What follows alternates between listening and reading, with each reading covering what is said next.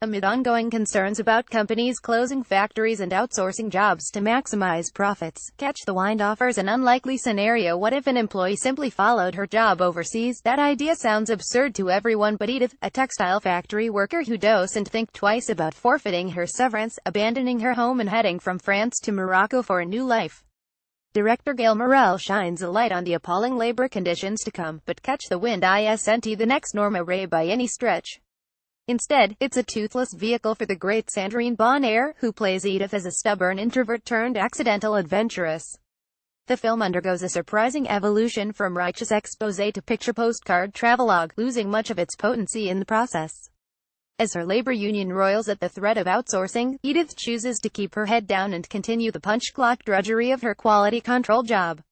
She lives alone in a working-class port city and doesn't have much of a relationship with her grown son Jeremy Elian Bergale, who lives as Paris and remains bitter that she didn't show up for his civil union, though her reasons have more to do with miscommunication than disapproval.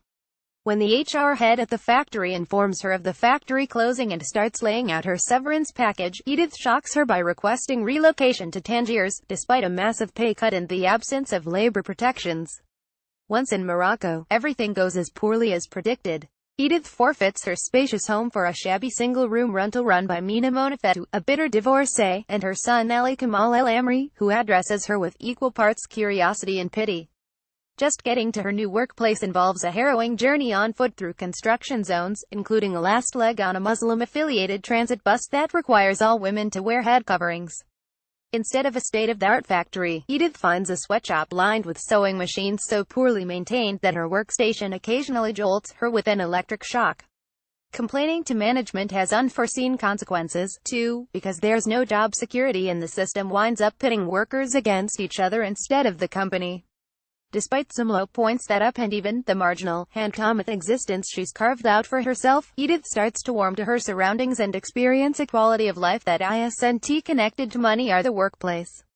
And it's here that Catch the Wind pursues a contradictory agenda. Is it possible to reveal deplorable labor conditions in countries like Morocco while also conceding that a more fulfilling life is achievable? That's a hard sell for Morrell to make, because the bliss that creeps into the second half of the film softens the workplace horrors that precede it.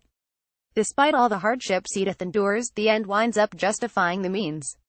Still, there's mystery and nuance to Bonnaire's performance, which is played close to the vest. In the actress reading, Edith doesn't start out as a courageous woman taking a grand leap. Rather, she's a blinkered conformist who holds her workaday routine above all other aspects of her life. Her decision to leave for Morocco has nothing to do with restlessness, though her loneliness and isolation at home surely play a role, and speaks more to her hope that she can achieve the same sense of normalcy in a different location. It's Morocco itself that's the dynamic character in Catch the Wind, pressing Edith to adapt to both its challenges and its inviting tenor of life. Over time, a film about the stress and exploitation of low-wage employees morphs into an escapist getaway to a modest, sun-touched slice of paradise.